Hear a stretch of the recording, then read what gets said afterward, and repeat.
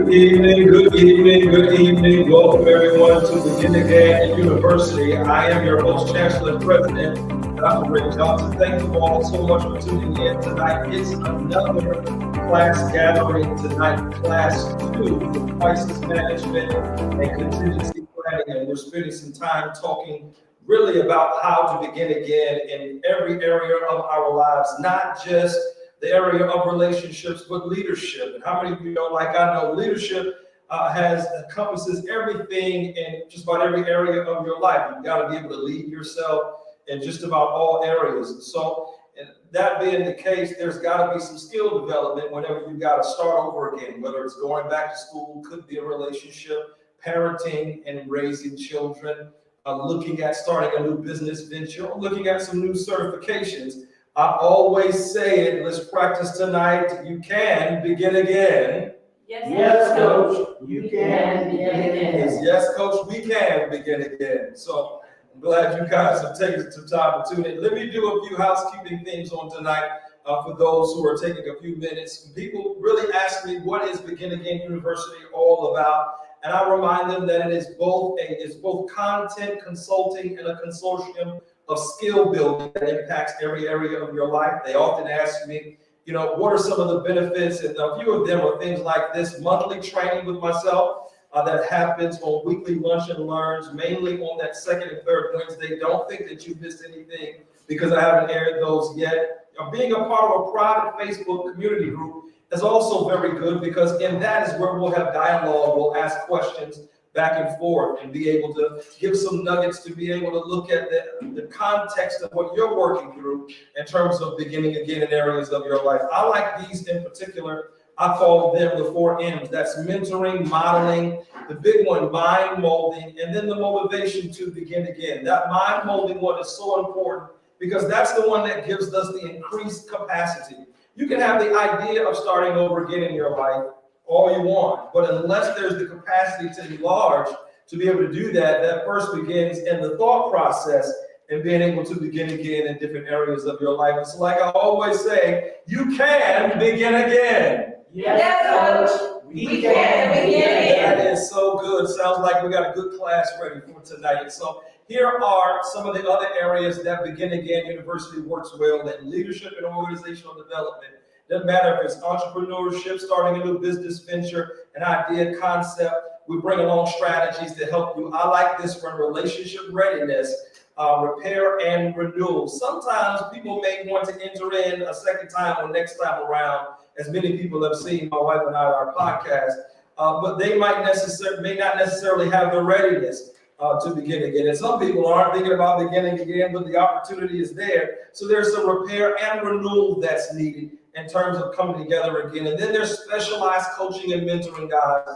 And my 3-quarter model of looking at how all of this gets done at 3 different times of the year. We're now in the summer masterclass. And so I look at these 3 things here: spiritual, relational, and leadership intelligence, all of those with increased capacity in each of these areas, and really looking at how do we help you improve in all of these areas by context. We're in our first master class for the summer, and this particular master class is going to run all the way up until September the 20th. We're meeting on second and third Wednesday nights. And so for those who may be watching or you may be tuning in, beginagain.tv is the place to register for this particular class. And so I'm glad for those of you who are here tonight. Let's begin to jump right in. Here's a question that we're going to answer tonight. Now on the first screen quite yet, Eric. This question tonight is: how do we respond and develop skills to navigate a crisis? How do we respond and navigate skills in order to navigate a crisis? And so remember, we looked at what a crisis is and what a crisis is not. Let's move into that first slide now. And so we talked about what is a crisis. And so when we begin to answer that, we said this. Go to that second screen. A crisis can be defined as any deviation. Say that with me. Any deviation. Any deviation from an intended course of a planned action. So, you could be traveling down the highway and miss your exit. Anybody ever been there before? You're rolling down the road, you miss your exit, and all of a sudden you're in an unfamiliar city was somewhere you've never been before. And if you're like me, I may be dating myself. We back in the day we didn't have GPS. We had to print out the directions. Remember that? On Yahoo, we had to print the Yahoo directions out. And so we're looking at the sign, looking at our sheet of paper, miss the exit, then you got to figure out how to come back around. That can be a crisis. And so any deviation, here's the key word. If you didn't underline this one last week, planned action. Any deviation from a planned action can be considered a crisis. Let's go to that next one. And so remember, I'm going to make this one large on the screen for our audience that's maybe listening in and watching in on tonight.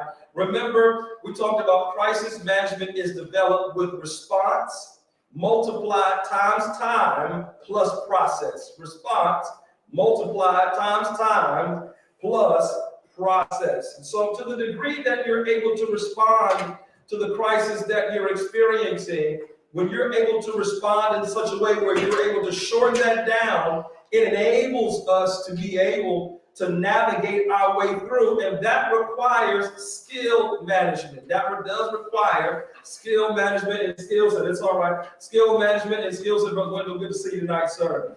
So that being the case, let's move on to this second one right here on tonight. Brother Wendell, if you want to get last week's notes, it's right there on the back table back there, and you can grab one of those, and you'll be able to keep right up with this. And so look at this. Look at this. I'll make this one large on the screen for those who are tuning in on tonight. Crisis management is about developing the skills. Look at this key word, to control our response. To control, I got it up on the screen inside the classroom. To control our response, watch this, to how a process of a deviation occurs. Some of this is reviewed from last week. So it's about how we control our response. Well, someone steps on your toe, and all of a sudden, they step on your foot, you're gonna have a response, right? Mm-hmm. Somebody cuts you off in traffic. Anybody ever been there, road rage before? There's a response. When you're looking at a particular child or someone that you're having an expectation of, and they don't respond the way that you think that they should respond, in many instances, you can find yourself in a crisis. I know often, my wife and I, we say to ourselves all the time in regards to all of our children from 27 all the way down to 13, when we see certain activities and certain behaviors, that cannot be me. And then we have to remind ourselves, you've heard me say this before, our children are us with the microphone on real loud. So you're just looking at parenting yourself all over again in the next generation. That can be a crisis. Come on, say amen if you can. Oh, wait a minute, this is not Sunday morning. But anyway, so look at this right here. Not only the process, but the people that cause the deviation. So let's go back and let's stay on this definition. Look at it again real carefully. Crisis management is about developing the skills to control our response to how a process of a deviation occurs. So we look at being able to control what we can control away from our standard course of action. So if I can avoid an accident with my car in the midst of oncoming traffic, when I'm able to control the car, I calm down some, don't I? Now here's the other part. Look at the second bullet tonight, guys. Not only the process, but the people that cause the deviation. If you're able to limit the impact of what people have in determining your intended course of action, that keeps you in a calmer place. Now watch this. Your ability to manage ahead of time how they will respond gets you out of the crisis that much faster. All right? Now, here's the thing. Here's what you got to know going in. You can't control people. As much as you would think that you can. And remember, if I were on Sunday morning, I would be able to just talk real plainly. God never created male or female to have dominance over each other. That's right. Okay? So, we're supposed to have dominion together over the created order. All right? So that being the case, you cannot control people. Look at this next screen right here. I'm going to make it large on the screen for our audience that's tuning in with us on tonight. So what we must remember is that not everyone has should say the same motivation, worldview, and desire for intended outcomes when they enter in and out of relationship with you. People, when they enter in and out of relationship with you, no matter what the context is, their motivation for doing so is different than what you desire to be in a relationship with them in. So the key for you in navigating the space is understanding the value systems. Write that down, underline that. Underline that. Understanding the value systems, because values are who we are as people. Values are not what we do as people. Values are who we are as people. Values are not what we do as people. Underline that in your notes. Values are who we are as people. Values are not what we do as people. I often say a lot of times, you train people how to treat you. So, now watch this. Once you get a glimpse of who somebody is, let me slow it down. You've got to make decisions accordingly. Because repetitive behaviors don't just start out of nowhere. Okay? Repetitive behaviors don't just start out of nowhere. This is something that has been ongoing, and there hasn't been enough quote-unquote crisis moments in their own lives that are able to produce change. I was just meeting with a couple on last night, talking to them about understanding the relational dynamic of personality traits and being able to separate and differentiate out the difference between how someone responds in a particular moment and their consistent, constant behavior. And the two are mutually exclusive, okay? Because I can have a moment where I'm in a crisis and I respond a certain way, either with language or behavior, right? But when that language and behavior is consistent and everything is at a state of stasis, wait a minute now, we got some concern. So here's what I want to work with you on tonight. Tonight we're going to talk about when you understand who a person is based on their value system. Watch this. How can you limit the impact of potential crisis? How can you limit the impact of potential crisis? And we did some of this last week. Remember, just this week on another radio show program I participated in, I gave 3 B's. I said that, and I'll make an application in this sense for today. I talked about our ability to be able to put up borders, barriers, and the Bible. Borders, barriers, and the Bible. The Bible gives us information and revelation. Barriers keeps people from being able to cross borders and establishes limitations whereby which we can limit the amount of crisis that comes our way. Make sense? So that being the case, let me move on to this next particular screen on here on tonight, and let's see what else we have. So now watch this. So pivoting, let me go back to this last screen and get that last part. Let me make it a little bit large. So watch this. The world we live in today is a postmodern to post-Christian society. It is filled with changing and shifting values based upon, underline this in your notes if you have it, moral relativism.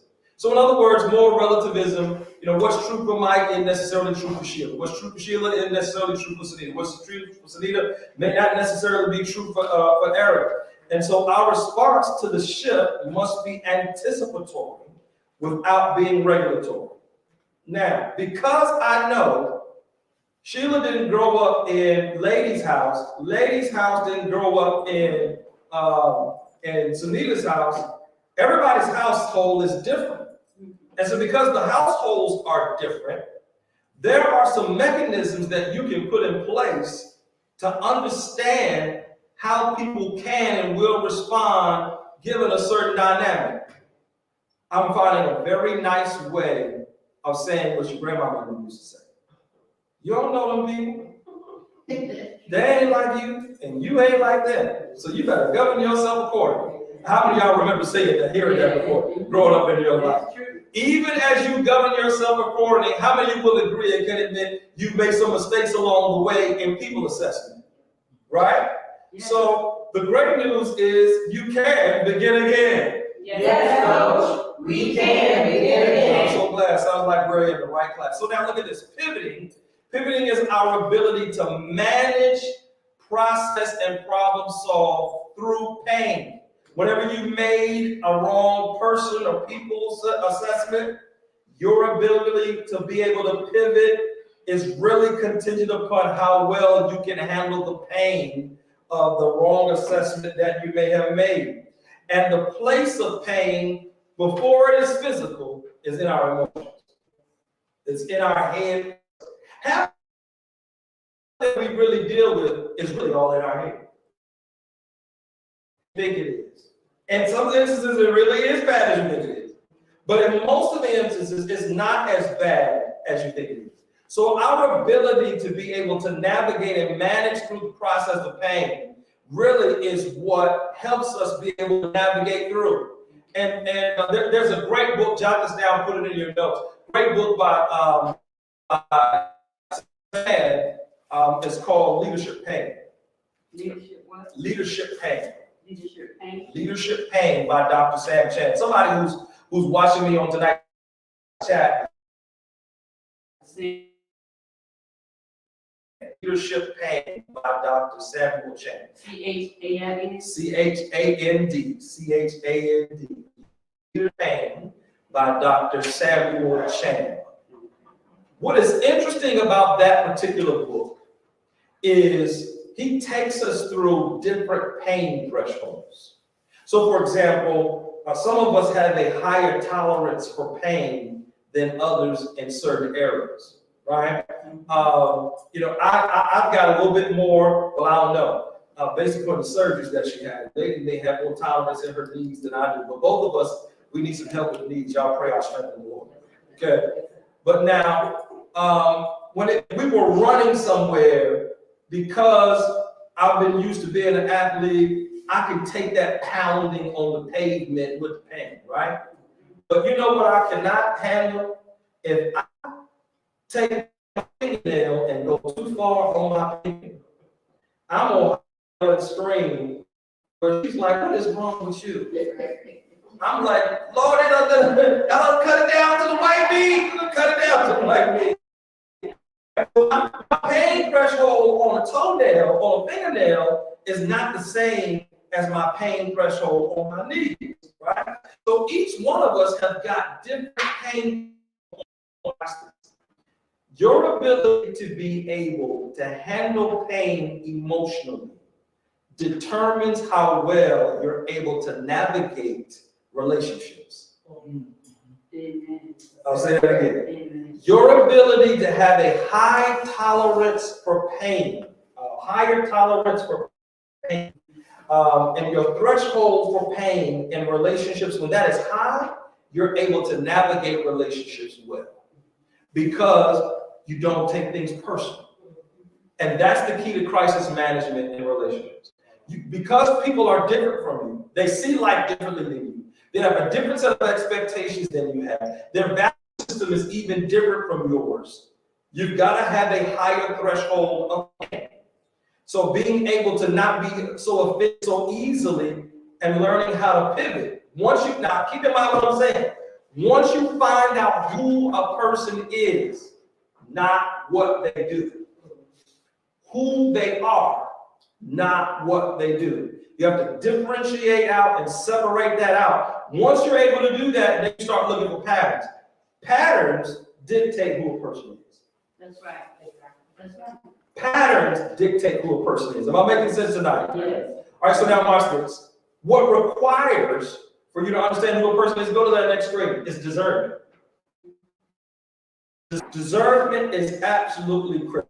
And in another class, we're going to spend some more time talking about discernment. We're going to go a little bit deeper, further in understanding that. But for the sake of, for tonight, I want to spend just a few minutes doing some review on some of our homework, and then we'll get back in to today's lesson a little bit. And so here was the first one. So go to your, I think I did put them inside of your notes for the night as well, called review questions. And I want to just kind of go around with them a little bit tonight.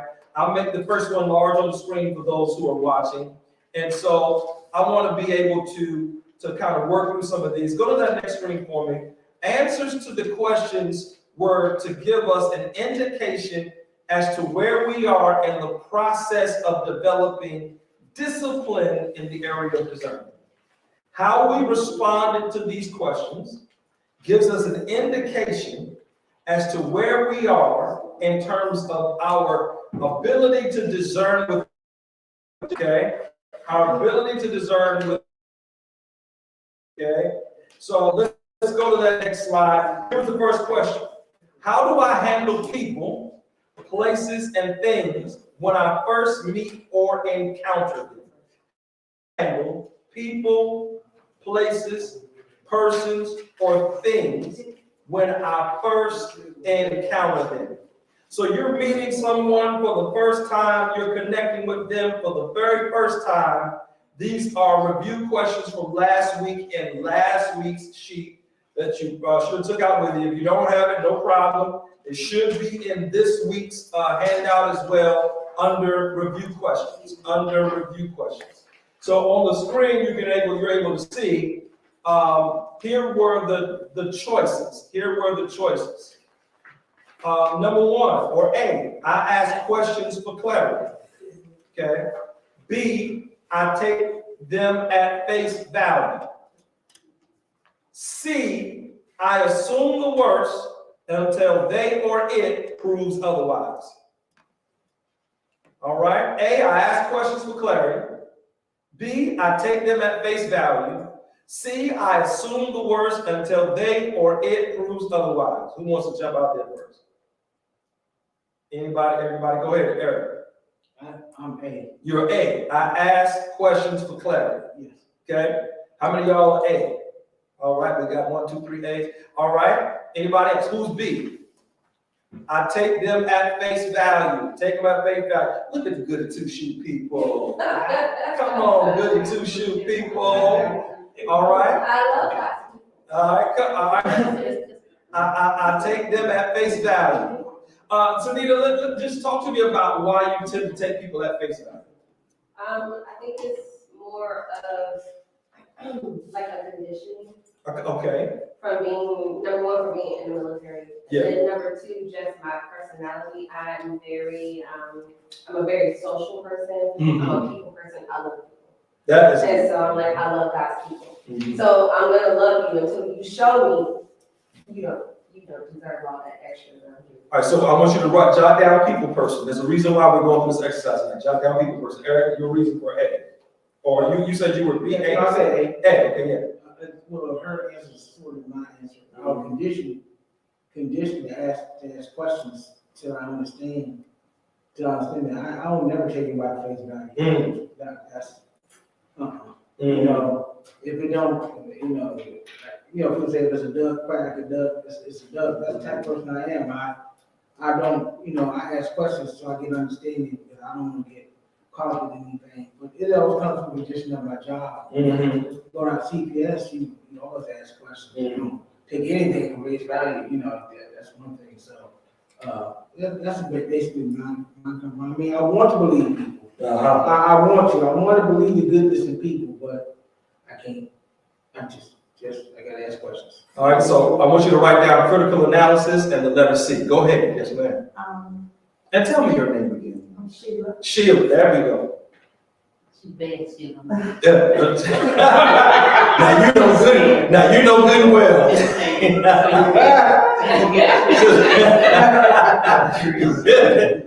Go ahead, good Sheila. Go ahead.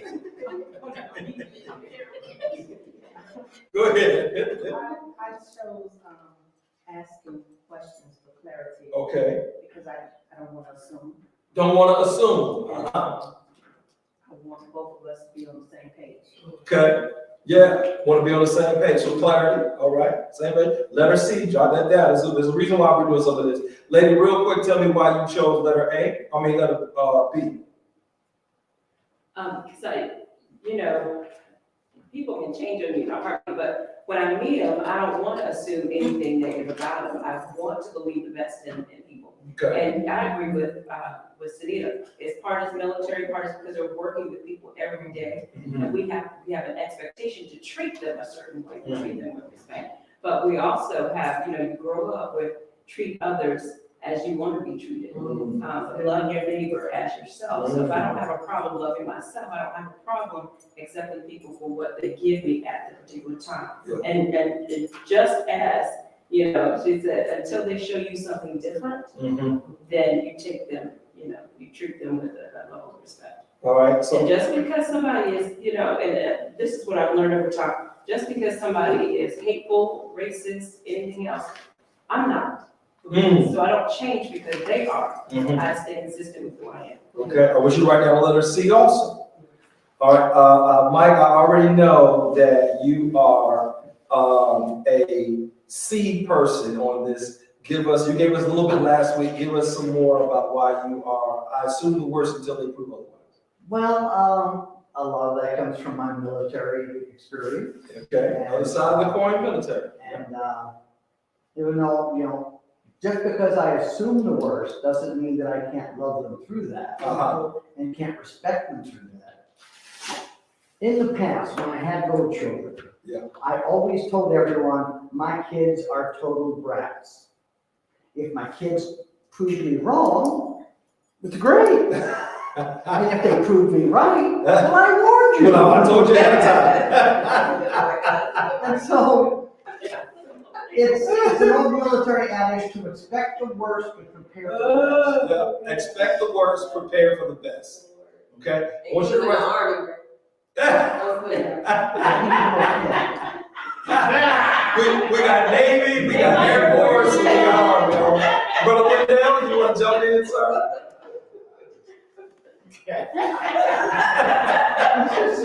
He's in shock right now, Michelle. You take A. Okay, I asked a question for clarity. All right, come on. We're going to jump to the next. Go to the next slide real quickly. I'll make this a little larger on the screen for those who are watching and tuning in. How do you develop expectations of people, places, and things?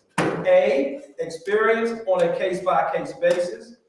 B, you examine hearsay information and you watch image. Hearsay information and image, okay? So the image of something and hearsay information, that's why you kind of make your choice. C, you expect the worst until they, them, or it shows me otherwise. So Mike, obviously C. All right, anybody else different on A and B? Sometimes I don't have an expectation. Okay. I don't have any expectation. And so I guess it would be a experience on a case-by-case basis. But it's no, and I don't know if that's because you're not let down if they show you something negative or not. But I don't know that when I meet a new person, I don't know that I have an expectation of anything at all. It probably goes back to that, you take people at face value. So like I look at the person, analyze the person for who they are. And so I don't go into a situation expecting them to be a certain kind of way because that's how I manage it by what they show me when I first meet. Okay. Unless you have like say you have a resume of somebody, because I've experienced this too. Resume, and they're telling you one thing on the resume, but when you see them perform, you expect them to be what they are on the resume, and they're not. And so they've just proved to you that they're lying. So that falls under image. Expected. Go ahead, Eric. I was saying, you want to give everybody a fair chance before you determine how you think about it. And so it's sometimes good not to have an expectation because you don't want to have a preconceived notion of how the person's going to be. You know, like I said, when I receive a referral and I can look at it and say, oh man, this is fake, or this is real. I can't look at it. Like, I have to take it as what it is. Yeah. To go in and determine how I'm going to handle the situation. Yeah. And that's what you should do with crisis as well. You shouldn't have the expectation until you get that information to come up with a resolution. Okay, all right, let's go to the next one. The next one says, I'll make this one large for those who are streaming in and they're catching the replay. How do you process disruptions and disappointments of an expectation? How do you process disruptions and disappointments of an expectation? A, I am closed to any other possibilities from them, they, or it. B, I consider all the circumstances before I make a decision to re-engage. C, I respond to them, they, or it with barriers, boundaries within my limitations. And D, I respond to them, they or it, with various boundaries within their limitations. So one is, I recognize that they may have some limitations, and I respond to them according to that, or I respond to them according to limitations I'm now imposing upon them because I've experienced a disappointment from an expectation. All right, A, B, C, or D? Who'd like to go first? Real quick. B. B, B. I consider all the circumstances before I make a decision to re-engage. Okay? Anybody different? Lady, I see your face kind of turning up a little bit. What is situational? Okay, she says situational. It's situational. Explain, go ahead. Just like you said, if somebody shows you who they are, that's the expectation, and that's what you got. They've shown you, so you're closed to any other possibility, because this is exactly who they are. But when you have different situations, say at a job situation, you do have to consider all the circumstances. Why did they act this way this particular day? Why did, what happened to make them go off the way they did? And you have to make a decision whether or not to re-engage.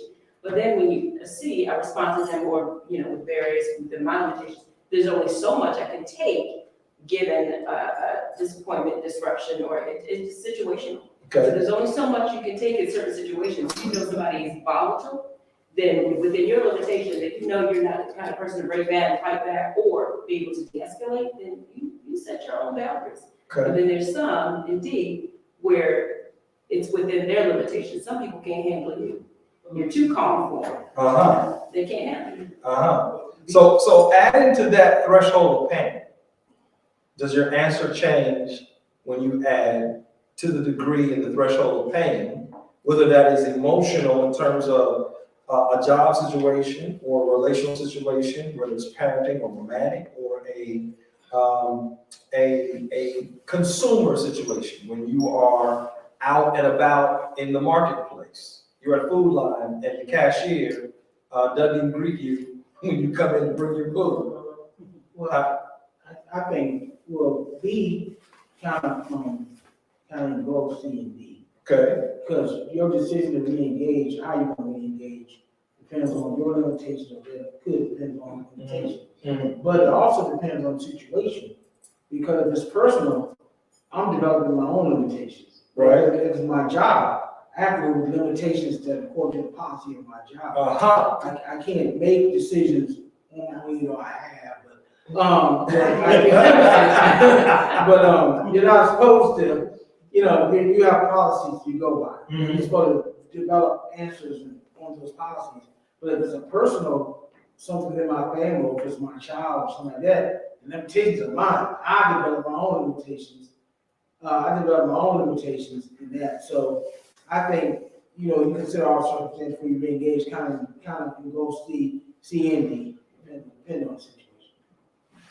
Okay, so let me go to the next one. So, because I want you to jot down this word, context is king. Context is king. Is what? King, K-I-N-G, context is king. Depending upon what the context is, that will determine what your threshold of pain is. And then, based upon your threshold of pain, there can be a set of expectations that can either be imposed or exposed. Okay. And your ability to navigate the threshold of pain based upon the context determine how the relationship's going to work. Let's go to this next one. What informs you of how the world around you functions? What informs you of how the world around you functions? A, experience with people, places, persons, and things. B, exposure to new information and technology concerning people, places, persons, and things. Or C, exact information about people, places, persons, and things. A, we got A from Brother Wendell. Unpack for me, Brother Wendell.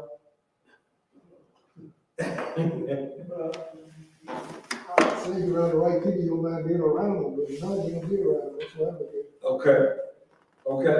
Clear, straight to the point. I love it. B, exposure to new information. So based upon new information, you would that informs how you make your decisions. Yes, Okay, write down the word relative. you know, if there's a new law there, new law developed or new policy developed, that has to go into, respond. So, you got. Term relative. What's that? She was asking what terms we write down. The term relative is what you write down. All right, so just for the purposes of our streaming audience, the time's gonna wind down, we're gonna get to the other place where we want to be. So, new information, laws changing. And I think 0.8 of an ounce of marijuana is now legal. It can be on your person. Or is it Only state law, not federal Yeah, I was law. gonna You go can still be arrested by a federal agent. you can be arrested by a federal agent. So, just because it is something that is lawful and expedient, doesn't mean it's expedient for you. It does help you make better decisions.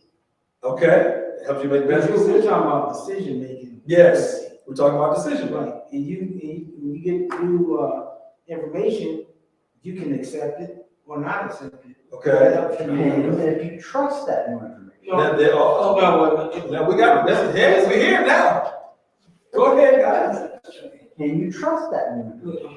Yeah, not necessarily, but when you say it enough, and you see it put in practice in society, it's not when you trust it, not you see what it is. You know, sort of like the certain letters that we're not gonna mention, but, you know what I'm saying, how policy has changed for their benefit.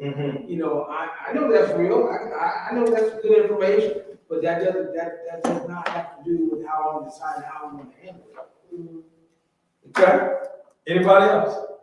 Sheila, I see you over here. That's a good Sheila, good Sheila. I see you over here coming.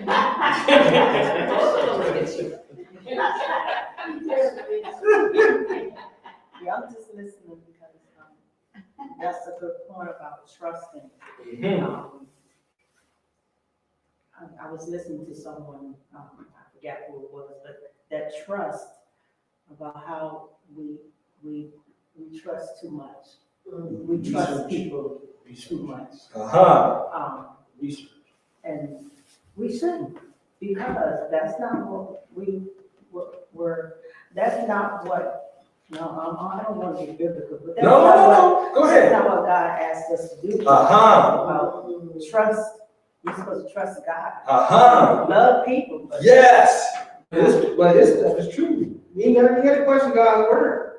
You see, you can say that, that's certain. For the purposes of the screen, for the purpose of the screen, somebody that may be watching may see this may say, well, depends on what God you're talking about. That's true too. But still, you know, the word is gonna talk about it. True. You know, I'm just saying, you know. Go ahead, Well, that's another good point. It's not what informs you of how you respond to the world. It's what informs you of how the world functions. That's a different question. Different question. You still have to respond.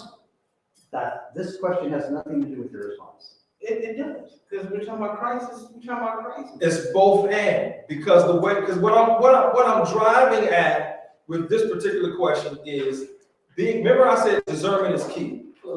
So when you understand the times that you're in, the conditioning of people in the times that you're in, that then should develop and inform you with a set of expectations where, like what Sheila is talking about, we look at the world around us with one eye open and one eye closed. Because of the times that we are in, where we learn how to trust God while loving people and still putting in boundaries and barriers to ensure that our expected end of an expectation happens, because the way that things are today, there's going to be some kind of crisis. And keep in mind what we're saying about crisis management skill development. To the degree that you are able to control your response determines how you pivot and how well you're able to come out of the crisis, okay, to get to your intended goal. So what I'm really driving I'm getting ahead of myself, but let's get there, is I want you to come to a place where you come to understand and know yourself and understand and know the world around you. Understand and know yourself in terms of what your purpose is and why you're here. and then understanding the world around you and how that can either impact and help aid your purpose of why you're here or detract from the purpose of why you're here. And then based upon those two pendulums, you make decisions accordingly. And with that, you're able to put yourself in a place where you don't expect something from people that you should not expect, because their patterns of their behavior have been such a way based upon the conditioning of the times, the technology, the world around you, the state or stasis of things. Here is what you can expect from human nature given this time, or the pattern of people in human nature given this time. But none of that should stop you from getting to where you want to be and who you are called to be and what you are called to do. Make sense? All right, so now let's just go to this next one. For the sake of time, we need to hasten on. There are several emotions we must process through well in our decision making. I keep going back to that. Emotions. Because the first thing that's impacted in a loss of expectation or disappointment is your emotions. And sometimes we can get stuck in our own heads, given the times based upon our assessment of people, places, persons, and things. So there are several emotions we must process through well in our decision making when it comes to developing crisis management skills. We're talking about crisis management skills. In other words, remember this second bullet point I think is important. We don't pretend the emotions are not real. This is not what I'm talking about tonight. We just don't allow the emotions to make our decisions for us. Sometimes we can be so impacted with the loss of an expectation that we get stuck in a scenario. And then because we get stuck there, now all men are dogs. Okay? All women are manipulative. All corporate America is against you.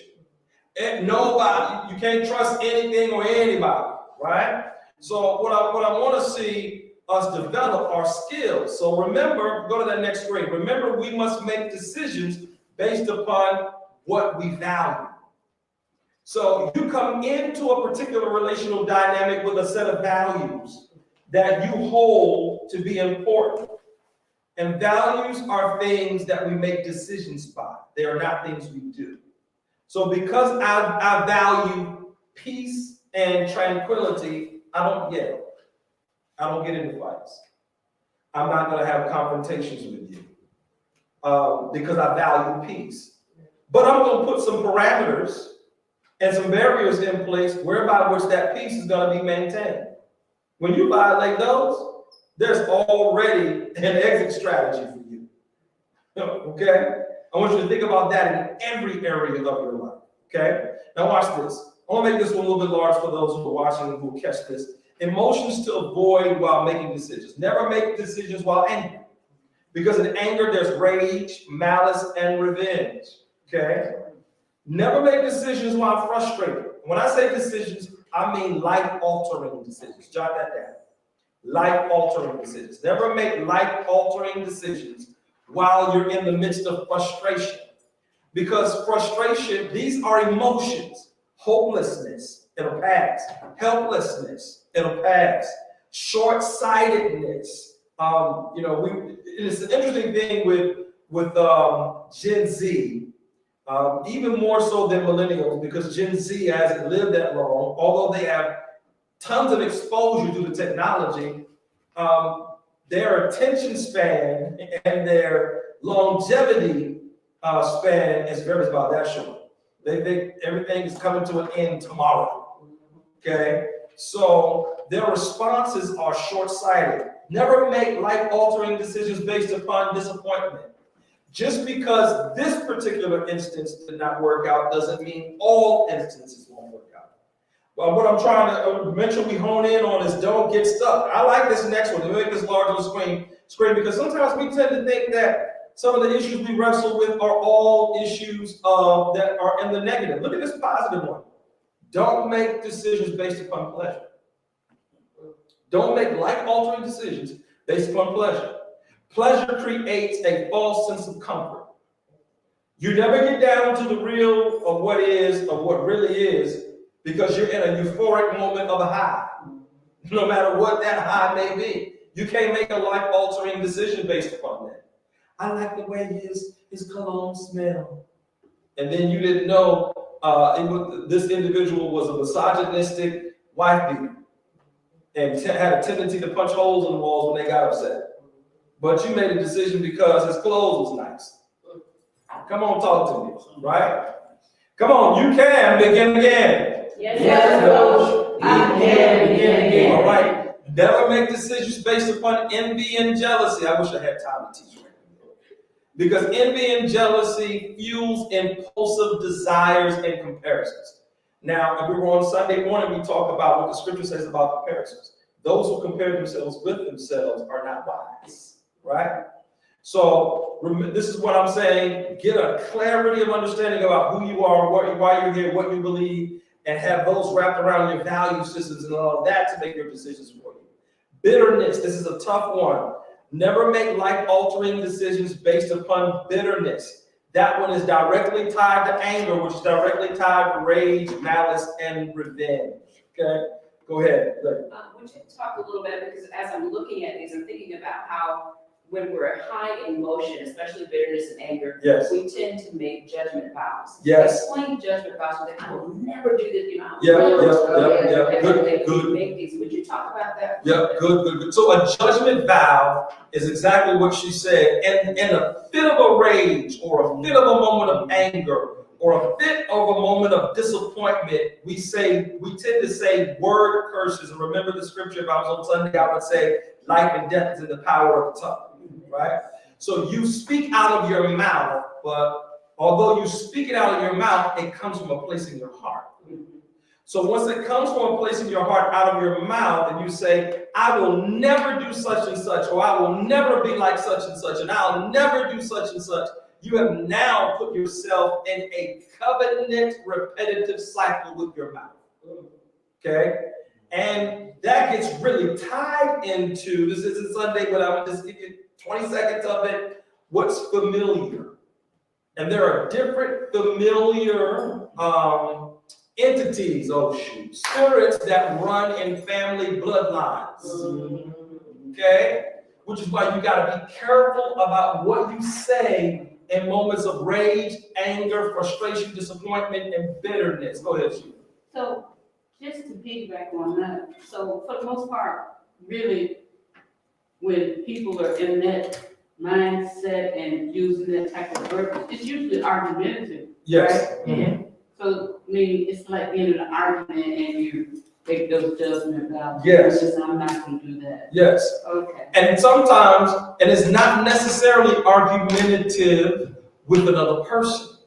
It can be argumentative with yourself. Because you are upset with yourself because I allowed myself to get in this situation, in this dynamic, and I'm never gonna trust this dynamic or this person or this kind of person again, right? And now all of a sudden you're dating the same person in the same body, same job in a different state, same neighborhood in a different city, okay? Driving the same car that's a different color, come on. And so this is why it's so important to when you really are offended or upset, the best thing you can do is be still and be quiet. Be still and be quiet. Don't make any decisions at all. And being still and being quiet may have to be for a season. Okay? Because you do know that different mood swings come upon all of us at different times of the year. Okay? So you have to live through your own seasons and your own mood swings and not allow the emotions to get the best of you. Let me hasten on. I put inside of your packet, but I'll still make it large on the screen for those who are watching. I put on side of your packet a chart, and I want you to be able to see on this particular chart the grid and the graph for it. On the one hand, on the vertical line up and down, that has to do with the emotions. And on the bottom half, you may not be able to see, has to do with the response of decision making. So sometimes when certain things happen, look at the red, we can become enraged, frightened. These are all emotional responses, right?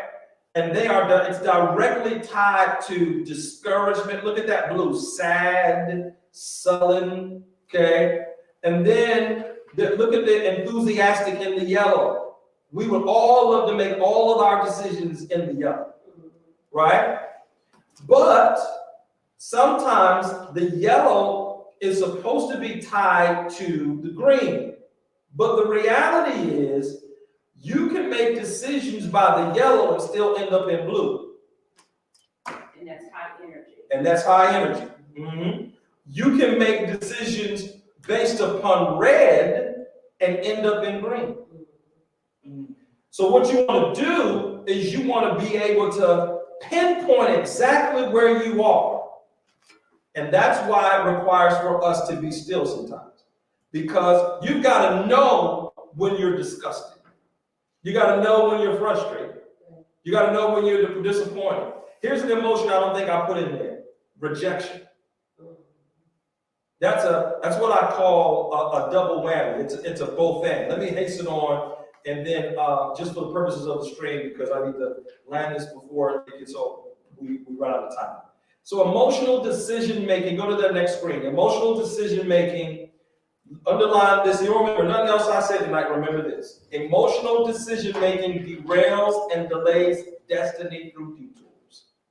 It derails and it delays destiny through detours.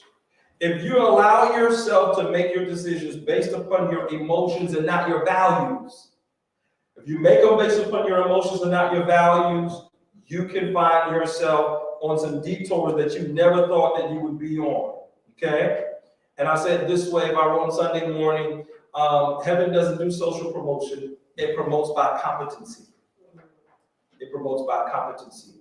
And the competency is directly tied to the fruit of the Spirit that's made manifest in your life. So we must develop skills in emotional management. We've got to develop skills in emotional management. So I gave some examples, okay, of people who were derailed and detoured in their destiny. Remember Esau? Esau is hungry, and he allows the emotion of hunger. He's feeling it in his body, and his brother Jacob is able to get the best of him and takes the birthright blessing. Sarai, her need to control is driven by fear. Fear is the emotion that's driving her that her husband's not going to have a child. No woman in their right mind is going to let another woman sleep with their man. But she did. The emotion of fear drove her. Now you got two rival nations fighting each other, all based upon fear. Ain't that something? Look at Leah. Leah's need for love was driven by rejection. So she kept having child after child after child. And she would name the children. Just go back and study this passage of Genesis.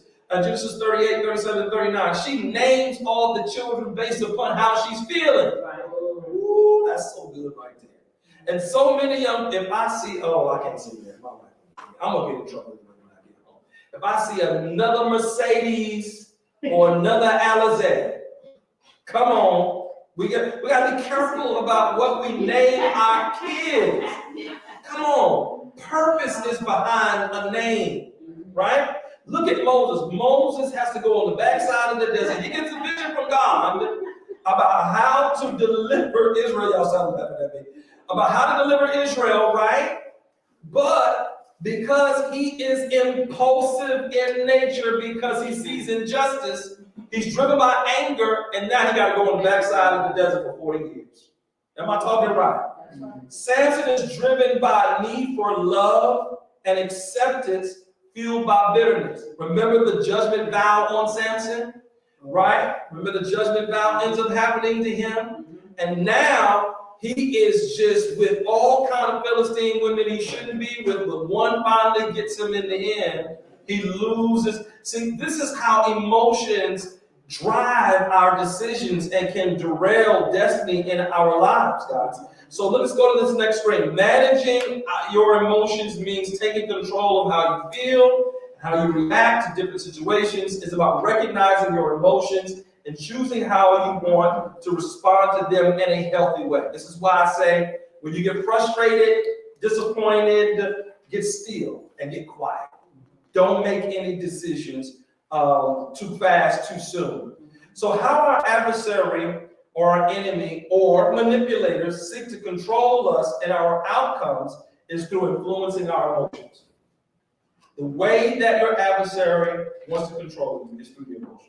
This is why I say you cannot make decisions based upon them, because the emotions will pass. And remember this about our adversary, he is an angel of light. Go to that next screen real quickly.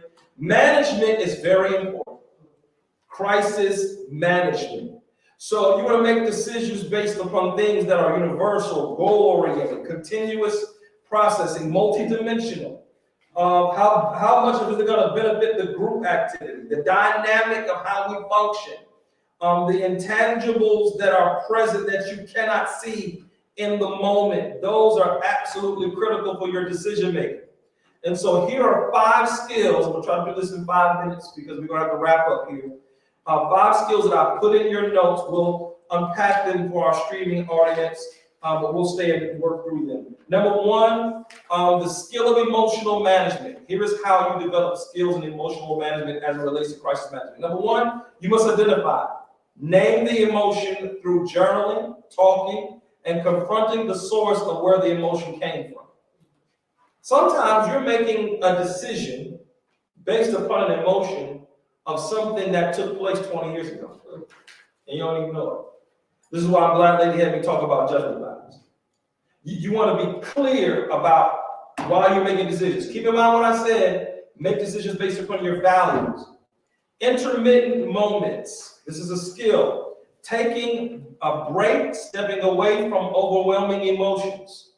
How one steps away is absolutely critically important and key to emotional health. Absolutely key to emotional health. Some people can get into addictive behaviors of all kinds, okay? So how do you take a step back and step away? One of my ways I step away is I go into my man cave, veg out, watch sports. Okay? Because in that moment, I'm not punching a hole in the wall, I'm not cussing nobody out, I don't have an addictive behavior or something that's happening and going on. I'll speak to that some more in just a second. Time is getting away from me, guys. 3, internal dialogue within yourself. Look at this right here. Let's go. Let me just put this one, make it a little bit larger on the screen for us. Check this out right here, guys. How I speak to myself, what I can control and what I can't. What I want you to focus in on is that purple one down there, how I speak to myself. You may not can control what everybody else say to you, but you certainly control what you say to yourself. And so practice how you talk to yourself. I'm going to go back and unpack these some more, but just for the purposes of the stream, I need to move through them. Increase your movement. In other words, exercise. You will be surprised at what exercise will do for you. Getting out, going to take a walk. Going to the gym, riding a bike, walking on the beach.